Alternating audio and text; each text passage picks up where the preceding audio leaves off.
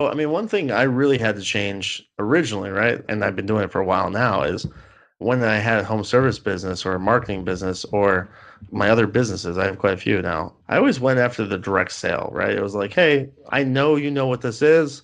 We're significantly better, and here's the reasons why. With this product and this system, RevuKangaroo, that had to change drastically because when I say, hey, we do reputation management, they're like, oh, that's cool. What exactly does that mean? So I had to pull back. I'm like, you know what? The first step is to teach people. Hi, my name is Vindhya V. This is Art of the Extraordinary, the podcast for those of you who's ready to play a much bigger game and leave an extraordinary legacy behind. I'm glad you're here and it's time to make your quantum leap. Hey guys, how are we all doing? I hope you're doing great no matter where you're listening to this episode from. Now today I have a very special guest. His name is Josh Kelly. He's the co-founder of RevuKangaroo, the world's leading reputation management system. It is an automated SaaS business. For those of you who don't know what SaaS is, it's software as a service business that has helped generate countless reviews for businesses on places like Google, Yelp, Facebook, and more, as well as growing actual revenue for clients using that. And sometimes in the tens of millions of dollars. That's pretty impressive, right?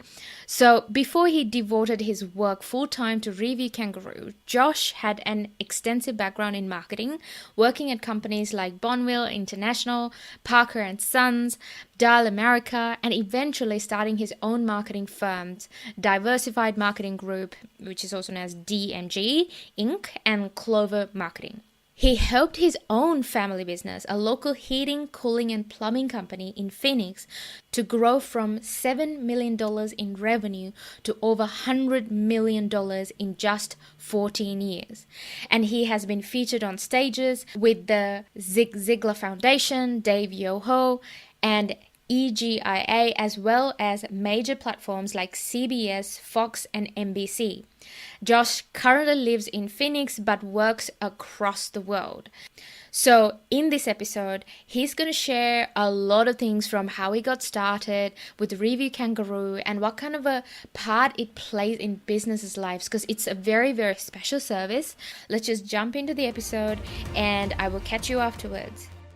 When I heard about your brand, I thought that was really interesting because I think we live in an era where everything and anybody is online, and managing your reputation to the positive and the negative, I guess it plays a big part in all businesses. Well, one thing you mentioned is that you focus on service business. Is there a particular reason behind why just service businesses, or what's the reason behind it? Yeah, no, there's a reason we specifically focus on service business. Number one, it's kind of my background. So I speak the language a little bit better. My family owns a, $100 million home service business here in Phoenix. So I originally built this program really from, not exaggerating, my own business. It was not an accident. It wasn't this, brilliant business idea. It just ended up being a really good business idea. But because of the way we're set up, we tend to work with service-based businesses because we always tie it back to a person. And we get way better results by doing that. But if you're an e-commerce business, yeah, can we help you? Of course we can. Can we get a really good response rate? Yeah, we can. But we're really designed to help people who have a face to the business. So I don't know, that HVAC guy or that plumber, that dentist, right? You know who's affecting you. And when I make it about a person, you see their face, I get much better results. We get up to a 15% response rate. I don't get a 15% response rate in like an e-commerce business. Not that we don't do a great job, because we could get maybe 3 to 5% response rate, but I'm really trying to change people's entire lives and their businesses in a very drastic way. And we're set up more ideally for a service-based business. Well, I am really curious to know about the story behind how you came up with the brand. You just touched on it a little bit. So what was the inspiration behind it, and what was that journey like? Yeah, you talking about the brand name specifically, or the brand in Name general? and the idea behind the business. Yeah. So the brand name, we talked about this a little bit before we hopped on. There's nothing, I wish there was a great story to it. I should probably at some point make up a story or come up with something that sounds good. But it literally was, hey, we're going to focus on reviews, change people's lives. Rhymes with review. And we should start making this long list of different things. We came up with maybe 150 names, and we started cutting them down. And Review Kangaroo just kept making the list somehow. It wasn't our favorite in the beginning, but it just stuck. And by the end, you're like, you know what? It's Review Kangaroo. As far as how the business came about, it's actually pretty simple. I work in and own a business that's home service business. It really is a grudge business. So what I mean by grudge business, we do plumbing, air conditioning, and electrical. Now that industry is really specific where absolutely no one ever wants a plumber in their house. They don't. They don't like plumbers. They don't like them in their house. They're only dealing with them when, oh crap, I got water on the floor. My toilet doesn't flush. Like my water is not hot coming out of my shower, right? It's only in bad situations, right? So because of that, it's not something that's easy to get people excited about. No one wakes up and goes, it'll be really cool today. Some shiny pipes or brand new water here, right? It just doesn't exist. And because of that, it's really easy to upset customers because you're walking into an already bad situation. It's really hard to get really amazing experience from. So we had this issue online that even though we did amazing service and we won, like Torch Awards and BBB Awards and all these kinds of major awards, we got recognized by Congress for our customer service. It didn't really look that way online because everyone that dealt with us didn't want to deal with us. And we tried to hire people and buy systems to try to change that and actually have our actual reviews and our online reputation, our social proof, actually reflect the service that we provide. And we couldn't find anything. It didn't really work. I mean, we were getting some like less than 1% response rate, which is just not enough to overtake and to really make a difference. So we really started, I literally got 50 of some of the largest companies I knew at the time across multiple industries. I locked them in a room. I said, hey, we're all having this issue. How do we fix it? What would that look like? How can we build the perfect system? And we kind of mapped that out literally in a room. And then I started building afterwards. And what happened was Review Kangaroo. Well, I'm just curious to know that how did you know that this is going to work from a client's perspective? Because as you say, like if we get an electrician or a plumber for something that is an emergency, usually people expect you to just come in, fix it, get out, right? Yep. So how did you know that your clients would be open to the idea of doing a review or testimonial, whichever the way that you guys do it? The truth is I like to say like, oh, I knew for sure, right? And I had this solid system. I was 100% confident of it. I wasn't really. I knew no matter what was offered out in the market and what everyone was doing wasn't working. So it became a choice of, hey, we either do what everybody else is doing or we try something that might actually potentially work. And we created a really solid system behind it, right? But the truth is I didn't know that would work 100%. I took the risk and then we tested it and changed and adjusted. The system now is nowhere near where the system was 2 years ago, right? We've grown and increased conversions and our review rate significantly. When we first started, we were like 3%, which is, by the way, 3 times better than anyone else. Now it's 15%. So we're doing 15 times better than anyone else, which is obviously huge. And we do some other cool stuff too. But it's not like I knew it was going to work. I just knew what everyone was doing currently and what was being offered didn't work. So I decided to go take the chance and take the effort to try to. Sometimes you trip over good ideas. Sometimes you have to work your way into it. This was kind of a combination of both. Like I knew what was going on and what everybody was doing wasn't effective. Let's try something else. Well, you are well known as a online reputation management expert. And you did touch on the percentage you saying that you see a 15% increase. And that is amazing. Just tell us a little bit about how does that convert into, are you saying it converts into 15% more in revenue or sales? How does that actually link the reviews to the sales or the ROI of a business? Yeah. So what I was originally talking about is we get about 15% conversion rate for reviews, meaning if you see, now it depends what you do. The more personal it is, the higher percentage we get. But our average client, if you were to see 100 customers, we'll get you 15 reviews online. That being said, it's actually the same number, which is kind of ironic, but our average client grows 15% in additional revenue the first 6 months on the program. Now, the reason that we do that is a few reasons, right? If I turn your Google reviews from 50 reviews with a 4.0 to 500 reviews in 6 months and a 4.8, you've instantaneously become more attractive when they're searching online, right? So you're getting a higher call volume. You're also creating a lot of content. So you're actually building the value of your website fairly significantly, right? You can actually be showing up significantly more. And you're helping your actual sales conversion too. you don't have to have that conversation of, hey, why are we better than this other company? There's hundreds of your customers already telling people why they should choose you. So our average client does grow about 15%. We've had ones that are way higher than that. We have a few that are a little bit lower than that, but our average is 15. And it's through call volume, conversion, SEO value. There's a lot of really cool aspects to it that actually drastically drive your business. Well, what do you see like when businesses come to you to work with you guys? What do you see are like some of the common mistakes either they have already made or they are making, before they come and actually start working with you guys? Yeah, I mean, there's a lot of common mistakes, and not that we're not guilty of the same mistakes too. Everybody makes mistakes. The biggest issue we run into is, this is really a new opportunity. It doesn't exist with any other company, period. There's companies that do reputation management, but not really. So it's not so much that they're making mistakes. It's more they don't know what's possible. And once you understand what's possible, it changes everything, right? Simple things like, a lot of companies say they remarket, and they kind of do. Sometimes they do like ads that follow people around for a few days, but they don't remarket by email. They don't remarket by text message. They don't cross-sell. They don't actually have a system asking for referrals. I can't tell you how many times I've talked to businesses like, our whole business is driven by referrals. I'm like, oh, that's awesome. How many referrals did you get last month? They're like, 5. Well, that's not your whole business, right? Like, you don't actually have a system for that, do you? Like, if you're running 100 calls a month or seeing 100 customers, if you've gotten 5 referrals, you don't have a system for getting referrals. I can tell you, I can guarantee it. You know what I mean? You're not doing a job of it anyway, right? So it's not mistakes that they're necessarily making. Now, they can make mistakes, and there's some pretty blunt ones out there, like, arguing with people when they have a negative review, or, there's a lot of stuff you could be doing wrong. But for the most part, it's really just not understanding what's possible and how much it really does affect your business. It's that invisible dollar, right? Yeah. Well, it's interesting that you touch on it because I personally know businesses who don't realize what a review or a testimonial could get them because they're just so busy serving clients and making more sales, but they're not really stretching that relationship to the best it could possibly could. And you're also touching on referrals.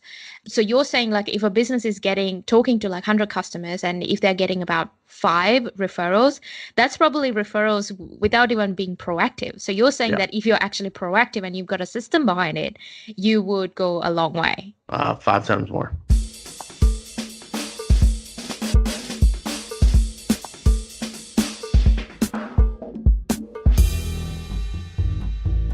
And here's the crazy / exciting thing, right? What you're doing is not any more than you're doing right now. Like, you're just getting credit for it. So I can't tell you how many times you talk to companies and they're like, we have this amazing, money back guarantee. And there's nowhere on their website. And they're not talking about it in person. They're not doing anything. And right? It's like, do you do this money back guarantee with every customer? Yes, absolutely. Why don't you get credit for it? Social proof is the same way. Like, you did amazing service with this customer. Why don't you have them share it with the world? You're not doing any additional work. You're just getting credit for the work you're already doing and using that to drive a ton more business. I'm not talking like tens or 20s, dozens of calls. I'm not talking about hundreds. Sometimes it's thousands. Sometimes it's tens of thousands of additional customers by just getting credit for the great work you already do. Well, something that I also noticed about you, Brian, is that you don't just talk about reviews and referrals, but you are also tying that to employee performance. Tell us a little bit about that. Yeah. So a big piece of our program is really, when you write a review, as crazy as it sounds, let's say we write a review on ABC company, right? Obviously, I'm making it up, but you never actually write a review on ABC company. Now, obviously, it ends up on Google, on Yelp, on Facebook, on BBB, Cars.com, Healthgrade, wherever review sites are important to you about ABC company. But throughout the entire process, we build a funnel on your website. It's about a person. So it's about one of your team members. It's about Steve at ABC company, right? Now, when you do that, it changes the entire way that customers not only write reviews, but the value to them, right? They tend to storytell more, tend to be a lot more positive. You can end up getting way more results. People are more willing to do things for people as opposed to the company in general. They don't actually care about your company. They care about the person that's out there, dealing business with them. Ultimately, that is your brand, whether you agree or disagree. It doesn't matter how well your website's built, how well you answer the phone. If they don't like the person that they did business with, they don't like the company, right? And what we do is we use that psychology to actually drive not only reviews, but actual business. And here's the really cool part about it, right? So if I change you from getting, 1 to 2 reviews a month to getting 250 reviews a month, and it's on individual people, I'm actually giving you a live gauge on a daily basis on your actual team members. So, hey, it's not ABC Company is great. It's Steve at ABC Company is great. Or, hey, I had an issue with Steve at ABC Company. One of my team members said it perfectly. He said, everybody drives better when there's a cop behind them. And it's true, right? You just naturally, hey, there's a cop, you slow down your speed, you're paying more attention, you're being more cautious. We're going to be that cop for them, right? Reaching out to your customers consistently, regardless of service, and taking care of them and asking for reviews, getting that feedback is a way for you to be that cop behind every single one of your team members and force them to be personally responsible for the customer service. So when you get that review, positive or negative, it's about them. When it's about them, they care more. And they get better customer service, and you get some amazing feedback. Does that kind of answer your question? Yeah, absolutely. I guess that's crucial at this point because people don't deal with businesses without a face. They always deal with a person. So I guess managing both sides of that relationship is really, really crucial. And it does play into a lot of the psychology of the people who's working in the company as well. Yeah, no, I mean, a perfect example, like I'm going to use you as an example, and this is just off the top of my head, right? But something that's really review driven would be like hotels, right? Where hotels are super review driven. And if you went and stayed at a hotel and it was beautiful and it was nice and the rooms were amazing, but the person working on the front desk was a total jerk to you, do you like that hotel? No. No, you don't. And everything else is perfect. But at the same token, hey, you know what? Those rooms are okay. It was an okay location, but that person at the front desk just bent over backwards and you loved him to death. Do you like the hotel? Yeah. Exactly. It's just the way people operate. You got to use that psychology to your advantage because here's the truth. It happens whether you want it to or not. So you might as well take advantage of it. Yeah, absolutely. Well, what happens if people have already got like bad reviews or negative reviews? How do you manage that? That happens a lot. So part of getting feedback is sometimes you get negative feedback. It's part of the game. It is what it is. Obviously, you want to provide the best customer service possible so you don't get negative reviews. Now, with our system, we totally screen out negative reviews, so you'll never get a negative review again. But before that, so as weird as it sounds, we have two types of customers. And I'm not proud of this, but it is what it is. We have the customer that says, hey, I want to blow up my business, drastically change my results, get way more revenue, get way more volume, get better employees, get better recruiting. And that's the majority of our customers that want to take a good business and blow it up. And then we also have customers who have issues, we'll say, right? And they get negative reviews all the time, and they want to screen out negative reviews. Here's the truth. I don't care who you are. I don't care how connected you are. It'd be hard to be more connected than us, but maybe you are. Maybe you have that great connection, and you're also on the board of Google like us, right? And you're also on Yelp's board like us. And you also have a direct integration with Facebook, right? I don't care who you are. Good luck getting those negative reviews removed. There's really no way to do it. You could get one here or there taken off, but the truth is the only way to really succeed is to consistently bury negative reviews with positive ones, and not a few, a ton of them. So it's just a process. If you're in that situation where you got 100 reviews and you're a 2.5 star, my first reaction is like, okay, we have a problem we need to fix. Clearly there's some sort of issue going on because that's a lot of people who don't like you and leaving a message about it, and not a lot that do love you that are leaving messages about it. But that's certainly a longer process to fix than someone who has 2 reviews and are 2.5 stars, right? Because I can blow up that 2.5 really quick. The one who has 100, now I've got to get 500 to make a difference and actually drive business, right? So long answer, if you have negative reviews, it's not the end of the world. Obviously, try to make adjustments so you stop getting negative reviews, but the goal is just to absolutely bury them with positive consistently. And over time, you'd be surprised how much a difference they'll make to your business. Yeah, I think one of the things that I see a lot of businesses doing is that, one, they're not really actively asking for reviews. And what happens is that usually when people have had a bad experience, I think they're more likely to go online and talk about it and leave a review because they're just pissed, right? Significantly.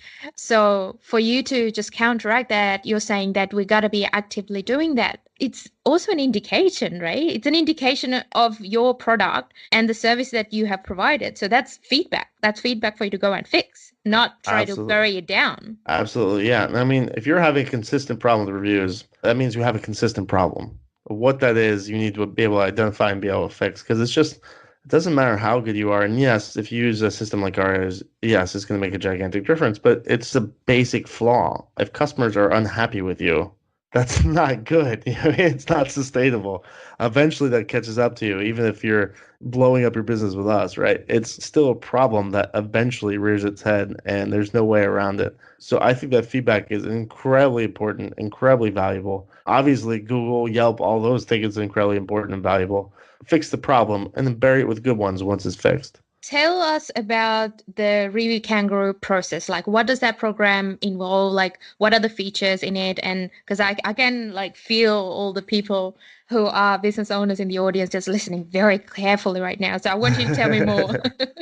Yeah, no, absolutely. I mean, I don't want to go into a full-on pitch. I'm here just to help people, but essentially how we do it is we have an automated system by email, text message, social media. We have about 13 different ways of automatically helping clients ask for reviews to their customers. And what we do is we drive to a funnel that we actually build on the client's website, make it about a person like we talked about, and we drive it out to third-party sites. So we're going to pre-screen the reviews. Hey, was this customer excited and happy with us, or did they have a bad experience?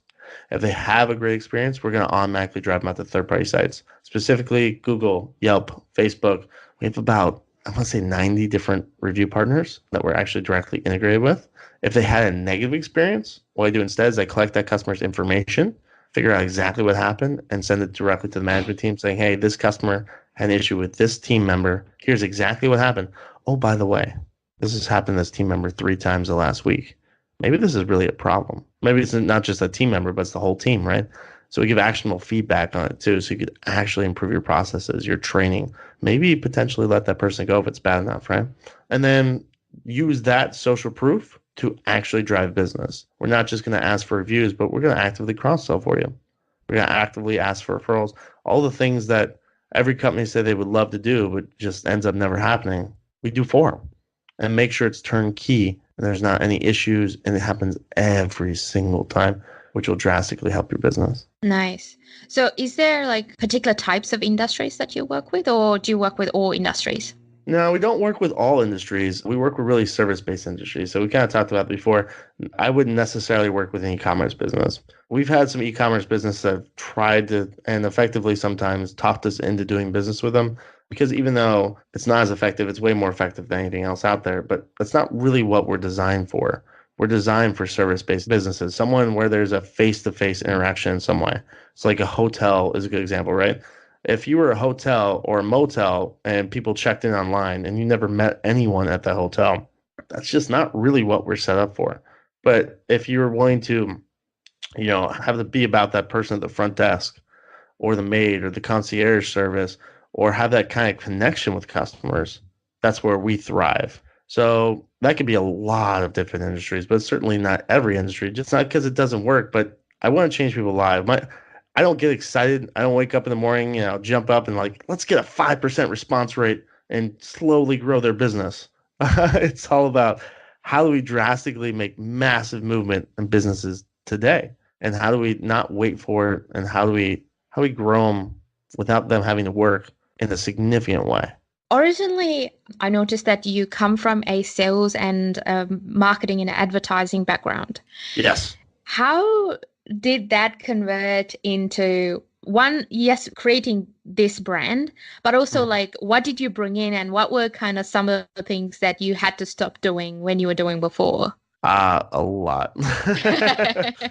Yeah. So, I mean, I've always told people this, like, to me, there's 2 business skills that stand above all else. If you want to be an entrepreneur, you want to start your own business, you want to be a CEO, I actually think the number 1 business skill you could have is accounting. Someone who really knows the numbers, you could kind of figure out the rest. Number 2 is marketing. Like I tell this, like I always keep 2 mentors at all times and 2 mentees at all times. So I like helping people. I think it's important. And obviously I like being helped.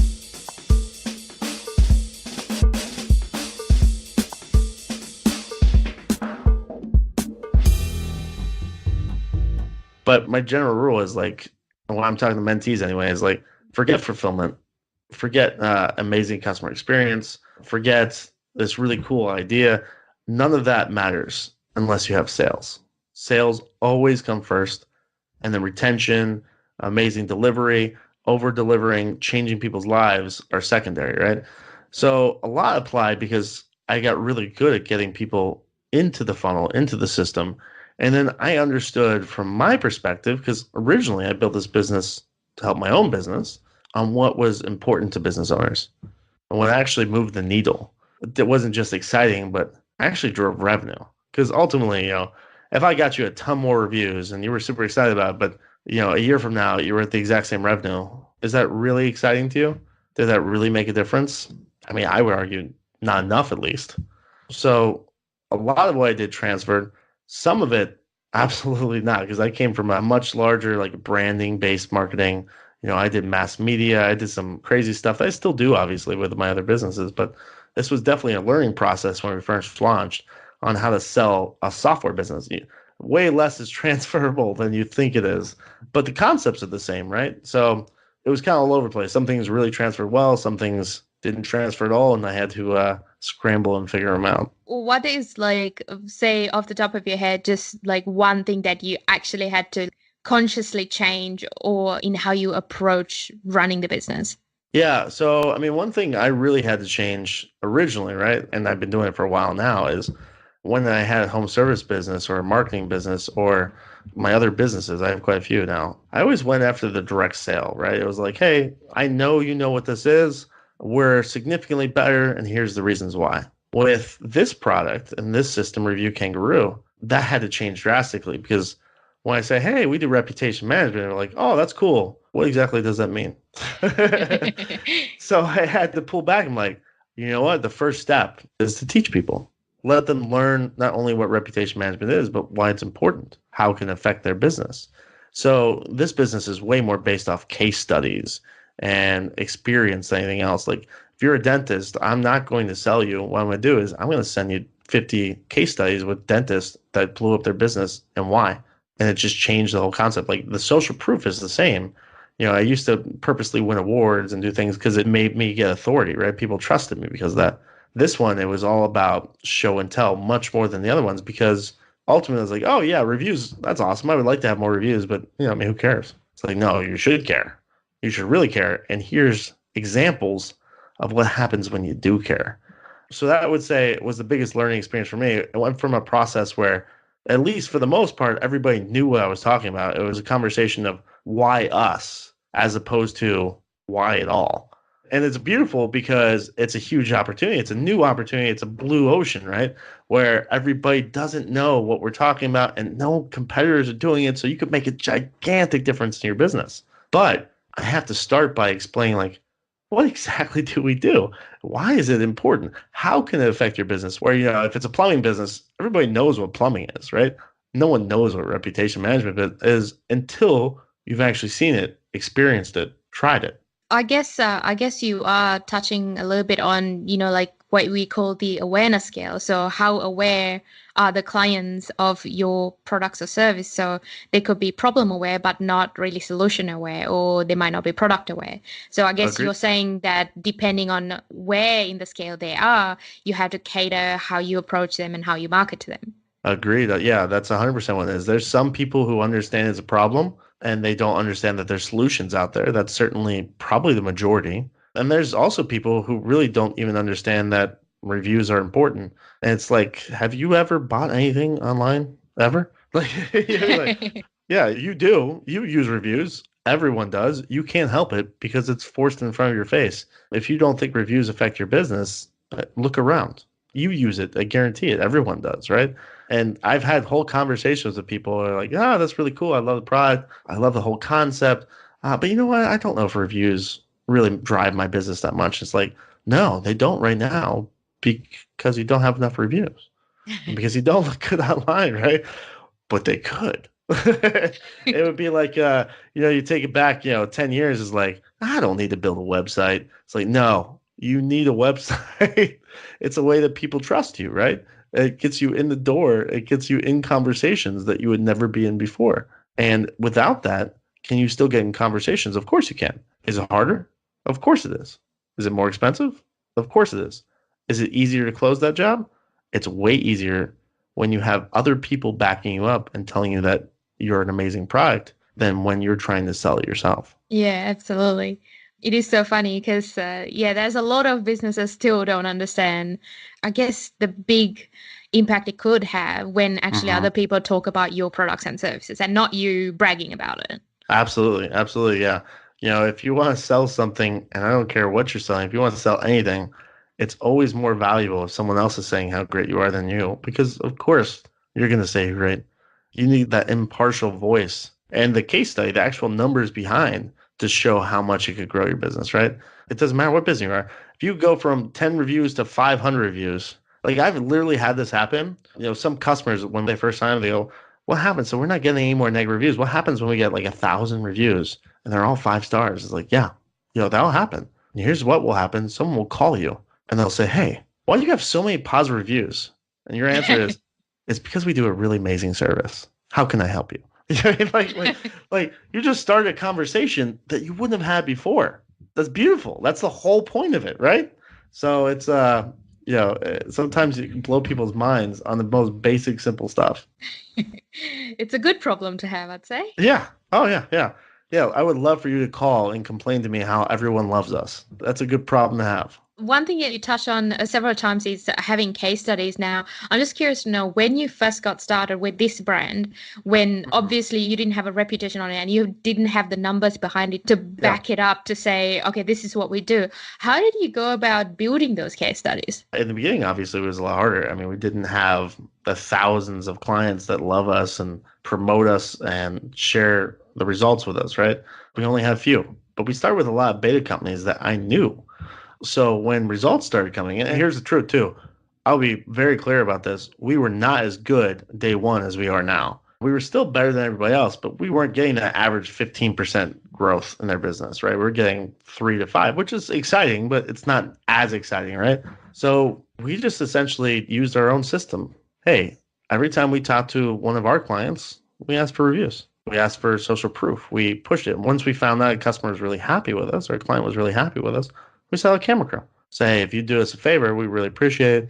I'll go ahead and send a camera crew. Talk about be totally honest, be totally neutral. You talk about whatever you want. But I want you to talk about your experience with us and how it affected your business. And at first, it was slow going because we just didn't have that many people. And we weren't as successful and talented at getting reviews and social proof and asking for referrals and everything that we do now. So it was a slow process. But the truth is, you just have to start. The first one is our still most effective one, because it's gotten the most views, it's gotten the most traction, it's been out there the longest. It's purely because, we asked. So many companies are afraid to ask for reviews. They're afraid to ask for social proof. They're afraid to ask for case studies. They're afraid to ask for those referrals because what happens if they didn't like you? And here's the thing. If they didn't like you, don't you want to know about that? Wouldn't you want to make changes? And if they loved you, which they should, don't you want them to tell the world? You know what I mean? It's taking that referral from a 1-to-1 to a 1 to 1,000, right? That drastically drives business. Well, one thing you touched on was about having a beta group. And I can feel like some of the people who's just getting started in businesses in the audience is the question, okay, so I would like to start a beta group with my product, but what does that mean? Like for you to start a beta group, that means you have to offer them something for even to be the guinea pigs in the beginning. How did you go about doing that? Well, I offered a solution for something they had a problem with. So it all starts with the problem, right? You identify a problem, and the problem I had, so I knew others were having it. And I attempted to create a solution. And it worked right from the beginning, but it didn't work as well as it was now. But there's a really specific way to get a beta group, right? Number one, it always helps if you have a relationship with them. At the time, I had a relationship with the vast majority of them. But there were some I didn't have a relationship, but I really wanted a car dealership in there. I really wanted a plastic surgeon in there. I really wanted a realtor in there. And I didn't have relationship with those people in those industries. So what I did is I reached out to them and said, hey, I'm creating this thing. I'm going to give it to you. I'm going to give it to you 100% free, but with the caveat. If you're going to be doing this, number one, you have to be understanding that this won't be perfect from day one. It won't. And the understanding that when it's not perfect, it is your job, your literal job, because I'm giving it for free to give me feedback and help me improve it. And you just ask people. You'd be surprised how pliable people are to helping when it helps their business too, right? Now, all those beta companies pay now, and all of them stayed, every single one. We didn't have a single person that's not still a client, especially for the beta, but when we have less than a 1%, loss rate, our retention is really, really good. But like those first few months, I could tell you, we ran into some serious issues. Like all of a sudden, the text system would go down. All of a sudden, the email would go down, and then we get calls like, "Hey, I sent these out, and no one got received." And I was like, "Oh my gosh! All right, I'm gonna scramble right now. We're gonna figure it out tonight, right?" And part of that beta is that you have to be willing to accept that. Now, they're also not paying for it, so there's a win to that, right? But they have the ability to be a part of it. It's not like just they came in with problems; they came in with ideas, and if it was a good idea, we did it. Period. If it made sense for people and it got better results, then we would do it. So they got to shape systems for their specific business, what they wanted. So there's a lot of value in that, as long as you get the right kind of partners, which it's important to get the right kind of partners. But I think anytime you're launching a new business, the feedback in the beginning is so important, no matter what kind of business it is. So you have to set yourself up to get honest feedback quickly without losing clients. So a beta test is a great way to do it.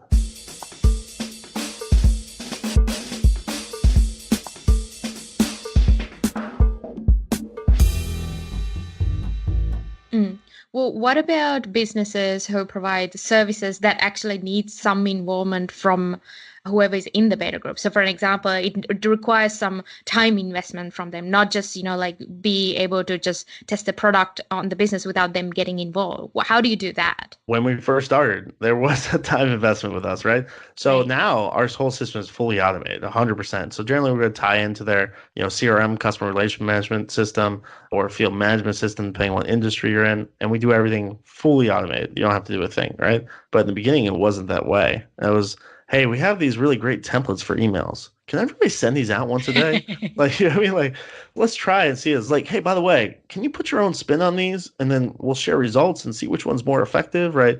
Like, it was a time investment. We were all figuring it out together. Now, I was providing the system for it and the tools to make it work, but they absolutely had time investment. They didn't have a financial investment, but they had time investment. And they invested the time because they had the issue and they also had to figure it out. So if you find people that have the issue, if you're in the right business, it's going to be most people. That's not really an issue, right? The people will buy into that pretty quickly and be willing to do that for you.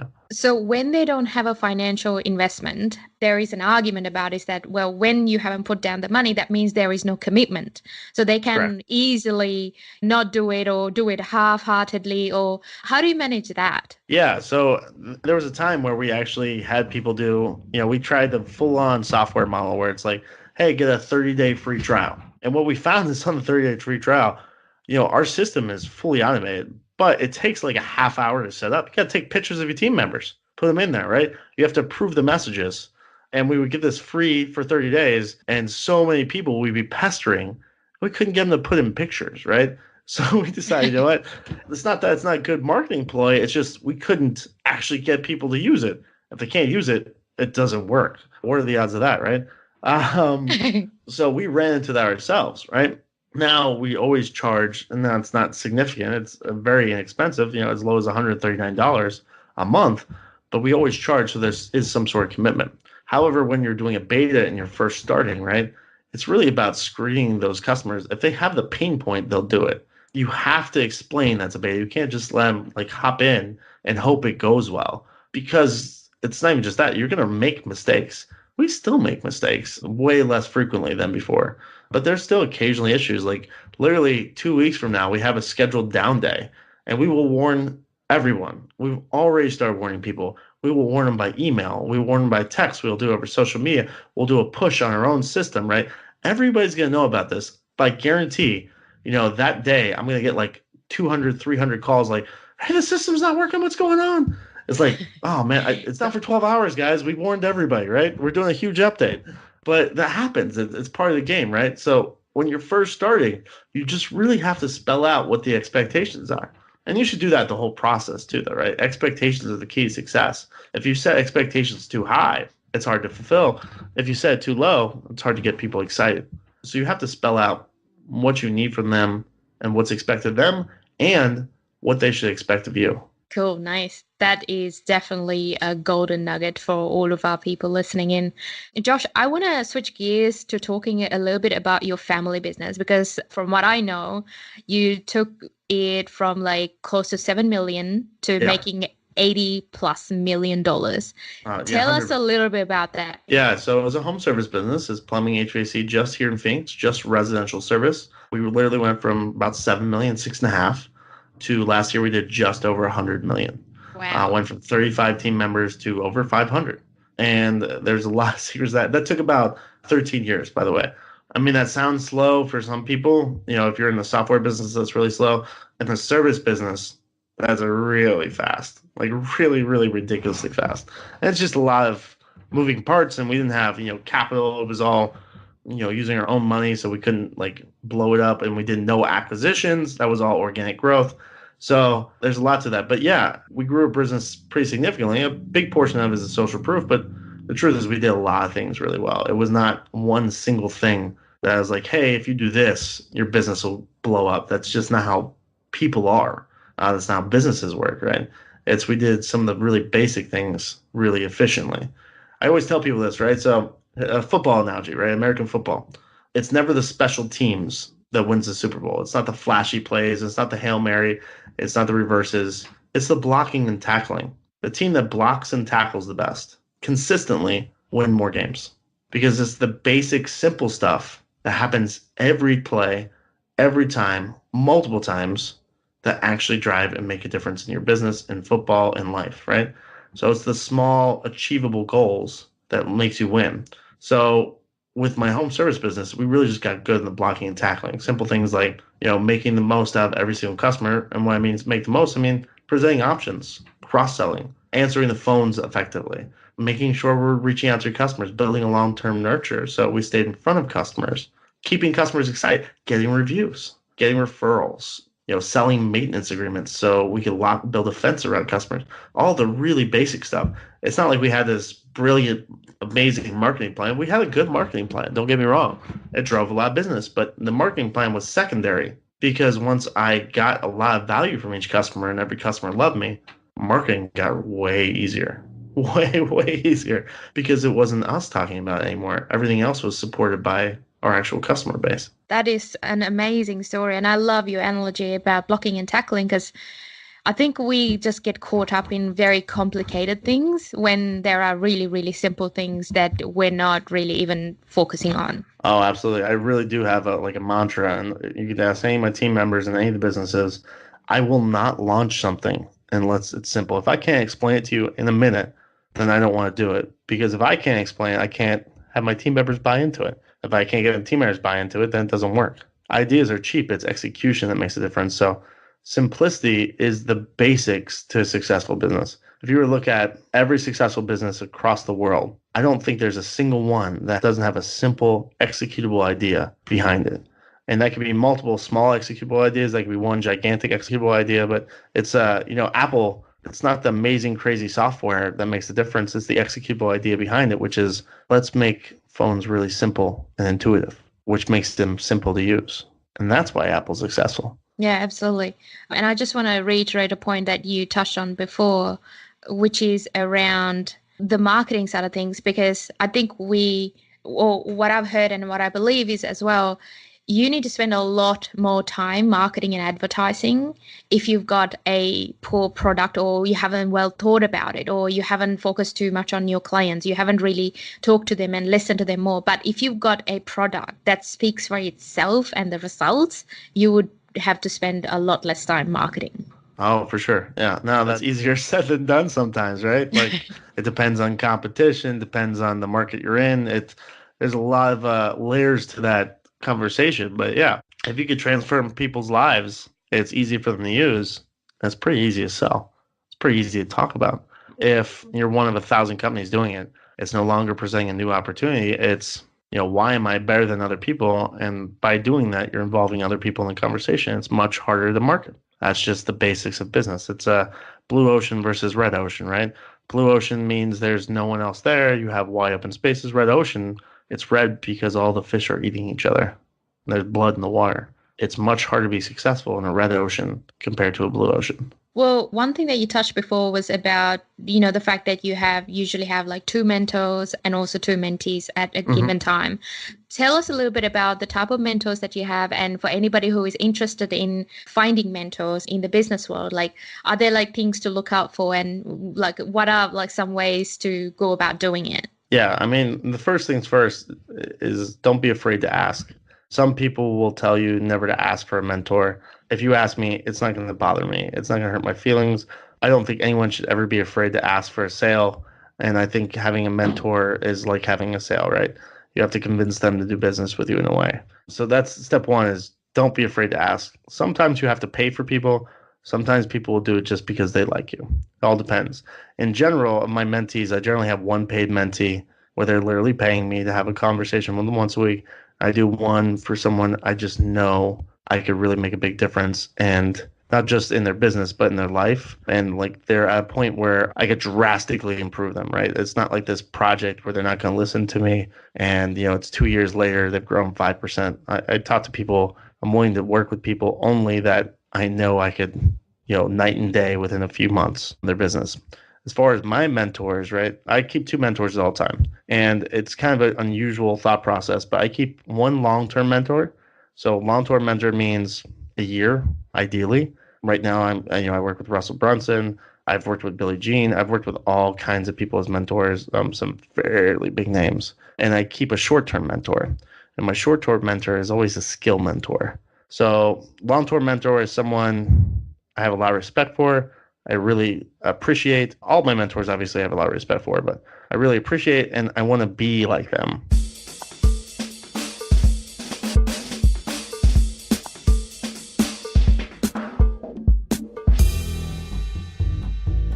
My short-term mentor is maybe I don't want to be like them, but they have a really amazing skill that I want to learn that skill. So, if that's Billie Jean, it's how to do social media marketing. That makes sense to me. I could learn that in 4 or 5 months and just, inhale everything he sends my way and adjust. And I don't need to have him as a mentor for 5 years. That's just me. Some people want to do that. I don't do that. I try to learn quickly. I try to succeed fast. I try to fail fast, meaning like the only thing I think you really make a mistake in business is if you don't learn fast. A lot of people will tell you is if you fail but you learn, that's not a failure. I would make the argument that it absolutely can be a failure if you don't do it fast. Day one doesn't bother me. That's something that can happen. It's an anomaly. If something happens 2 days in a row, now I'm getting worried. If it happens 3 days in a row, it's a trend and I'm making a change, right? So I always think short and long term like that. So mentors, just ask for people, look for someone that you really want to be like, and look for someone that you really want to learn a skill from. But you could want to be like them, you could not. It doesn't matter necessarily. You're impressed and love something that they do that's really amazing. I think that's a good mentor too, potentially. Just understand what you're asking for. Well, when you do want to find a mentor and you know who you want to work with, we're usually talking about people who are like really, really busy, who have already got maybe multiple businesses happening. Mm-hmm. How would you, in that case, go about offering them something that is a benefit to them as well? Because I think that's a better transaction if you can make that happen. But Yeah. you are not at that level, but there's something that you can give. Yeah. So, I mean, the easiest way to do it is to buy them, to pay for it, right? And lots of people are open to that thought process. But not everyone can afford to pay people, right? Some people that you really would want to learn from would be very expensive, and maybe you're not in the financial position to do that. But generally, what I do is I play into the ego. So I have conversations with people, and the first thing I'm talking about them, I care about them. I want to learn about what they're doing. I think you're amazing. I want to learn from you, learn from the best. Here's what I would like to do. Would you be willing to do a call with me just once a week? I'm not going to take much of your time, half hour to an hour, where I talk about issues that I think you would be amazing at fixing. And when my business blows up because of your help, I'd love to tell others and spread the word. And truthfully, it would just mean the world to me if you would take that little bit of time and do that for me. You'd be surprised how open people can be to if you really come from a positive place and you really are looking for honest, helpful help, right? And you're not trying to use them to drive your business. You're trying to use them to learn. Use is probably the wrong word, but you get what I'm saying. People are fairly open to that. Now, there's some people that are going to be so big, the only options to pay for them. And then maybe if you can't afford them, they're not the ideal mentor.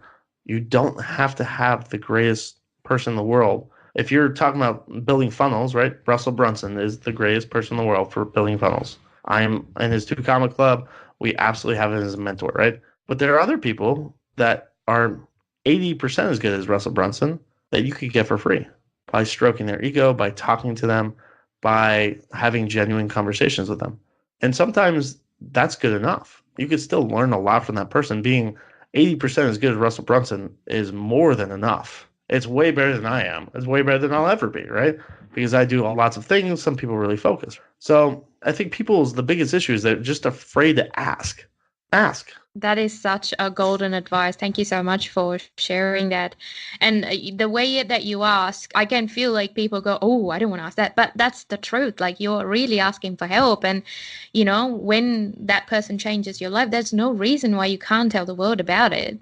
For sure. Absolutely. It helps them too long term, right? But when you take mentees, right? And I keep to it all times because I think that's just important. In the position I'm in life I'm now, I've had enough success and I've had a ton of help from other people. I think it's only right that I return it, right? I don't do it because it's going to grow my business. Trust me, that's not a good use of my time for that. I do it because it's the right thing to do.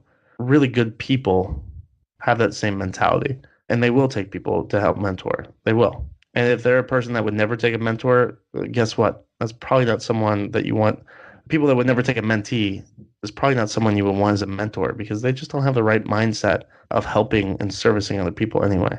Ultimately, you get to a certain point in your life where money is not your driver anymore. If you chase money, you become its slave. If you let money chase you, it becomes your slave. That took me a long time to actually understand what that means. I've heard it many times, but it took me a long time to understand what that means. I'm in a position now where money's become my slave. And really successful people, they're really successful people. And that doesn't necessarily mean you're the richest person in the world, but success is defined in different ways. They do think that way. And they are willing to help because that's more important. Josh, what would you say is the best advice you've been given in building your business? Yeah, it really depends. That's a pretty open, broad question, right? There's a lot of things you could do right. There's a lot of things you could do wrong. My suggestion is actually pretty simple. I don't do complicated things. We already talked about that, right? That's don't be afraid to fail fast. I do not dabble in anything I do. Everybody plays this how little game with everything in their life. You don't have enough bandwidth to be amazing at everything. But I do have enough bandwidth to understand what I'm bad at very, very quickly. I can't tell you how many times I talk to entrepreneurs and they're starting their business or they're halfway through or they're just starting to make money or it doesn't matter what the situation is. And they're afraid to pull the trigger. Just pull it. And once they pull the trigger, they're afraid to react. If things aren't working, don't keep doing the same thing.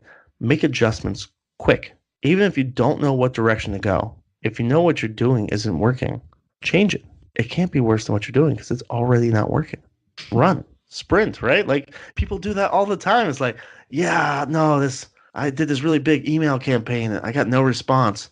I'm going to just keep sending it out and see what happens. It's like, but you got no response. Yeah, but I don't know what I would do differently. Yeah, it's like, change anything. Anything will work, right? Anything is better than what you just did because you know for a fact that one doesn't work, right?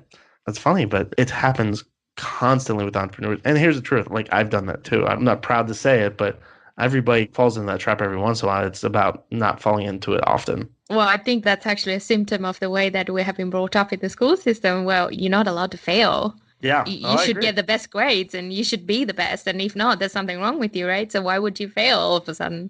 Failing is amazing. You learn so fast when you fail. The biggest enemy of great is good, right? Good is good enough, and then you just stop. That's worse than failing because when you get good, you settle. Failing, you make adjustments pretty quickly, hopefully. So I'm totally okay with failing. I've failed way more than I've succeeded. I've just made adjustments quickly, so I succeeded over time. It's like gambling, right? If you keep making changes, eventually you start winning. It's just a numbers game. It happens no matter what. Just like a casino, no matter what. If you play long enough, you will lose. It's just a matter of time. Once you start thinking your business that way, way more effective. Well, what would you say is the worst advice you've been given? The worst advice I've been given? Wow. You know what? I don't know if I've ever been asked that before. That's an interesting one. The worst advice I've ever been given. This one's kind of more of a personal thing, I guess, but Sure. it's not necessarily advice, but it's a mindset. I've been told many times that, when I first started, especially, now not so much, but that it couldn't be done, that I wasn't enough, that it wasn't a good enough idea. And maybe in the beginning it wasn't a good enough idea, but ideas don't start fully fleshed. So I think the worst advice I've ever been given is that something's not possible. Because the truth is, if you work hard enough, long enough, smart enough, and you care enough, that's a big part of it too. You have to care enough. Almost anything's possible. If you could go back to the beginning of your journey, what would you change about how you did things? Yeah, so I've been asked that question a few times though, so I'm familiar with this one. A lot of people say, no, I wouldn't change anything because I love where I'm at, right? And yes, I love where I'm at, and because of that, I wouldn't go back and change things because it made me who I am, and I've learned so much, right? But when I first started, I lived with more fear than I did now, and I was less authentic to myself. If I could go back now and be who I was or who I am now, and just be more accepting of myself and my capabilities and what my strong suits are and where my weaknesses are, I've always known them. I've just tried to overcome them. But here's the truth: sometimes I have to hire to overcome those. Like, I am never going to be that attention to detail person. I would be an absolutely horrible accountant. I could tell you right now, like, if I was put in charge of your books, I know numbers, don't get me wrong, but man, your business is in trouble. It just is. That's not my skill set, right? And I think if I had to go back, I would make decisions like that much faster, understanding who I am, understanding what I want to accomplish, where I want to be, and my personality. My personality shines much more than it used to because I was worried about how other people thought about me and how that would affect my business or my livelihood or me in general. I don't worry about that now. That would be a personal thing. If we're talking pure business, like what would I do differently? I would take more risks. I am a risk taker by design. It's who I am, but I would learn faster. I would take more risk. I would do more crazy things. I would make more adjustments, and I would try and learn faster than what I'm doing now.